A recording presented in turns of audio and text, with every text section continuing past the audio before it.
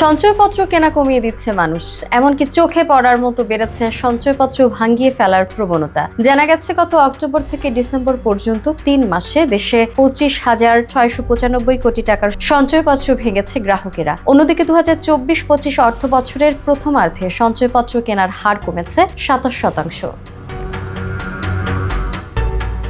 বাংলাদেশ ব্যাংকের সাম্প্রতিক এক প্রতিবেদনে উঠে এসেছে এমন চাঞ্চল্যকর তথ্য, যেখানে দেখা যায় গত ২০২৩-২৪ অর্থ বছরের প্রথমার্ধে বিক্রি হয়েছিল ৪১,২৯০ কোটি টাকার সঞ্চয়পত্র, যেখানে চলতি ২০২৪-২৫ অর্থ বছরের প্রথমার্ধে সঞ্চয়পত্র বিক্রি হয়েছে ৩০,১০৯ কোটি টাকার, যার মানে দাঁড়ায় চলতি অর্থ বছরের ডিসেম্বর পর্যন্ত সঞ্চয়পত্রের বিক্রি কমেছে ১১,১৮১ কোটি টাকা, আনুপাতিক হারে যা প্রায় ২৭%।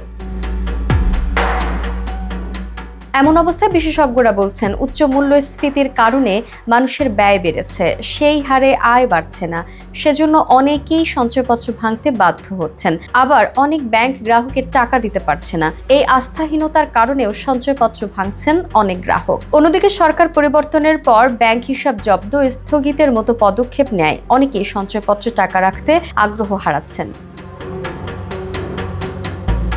এভাবে বিক্রি কমে যাওয়ার অর্থ হলো সঞ্চয়পত্র থেকে সরকারের ঋণ নেওয়া কমছে। এতে সরকারকে সুদও কম গুনতে হবে। তবে আগে বিক্রি হওয়া সঞ্চয়পত্রের সুদ পরিশোধের জন্য সরকারকে এখনো বাজেটে বড় অঙ্কের অর্থ বরাদ্দ রাখতে হচ্ছে। এমন পরিস্থিতিতে গবেষণা সংস্থা সিপিডি পক্ষ থেকে বলা হচ্ছে, বর্তমানে আর্থিক সংকটে আছে অন্তর্বর্তী সরকার। জাতীয় রাজস্ব বোর্ড এনবিআর এর রাজস্ব আদায়ও আশানুরূপ হচ্ছে না, বৈদেশিক অর্থায়নও সেভাবে আসছে না। এমন পরিস্থিতিতে অর্থের যোগানের জন্য সঞ্চয়পত্র গুরুত্বপূর্ণ উৎস।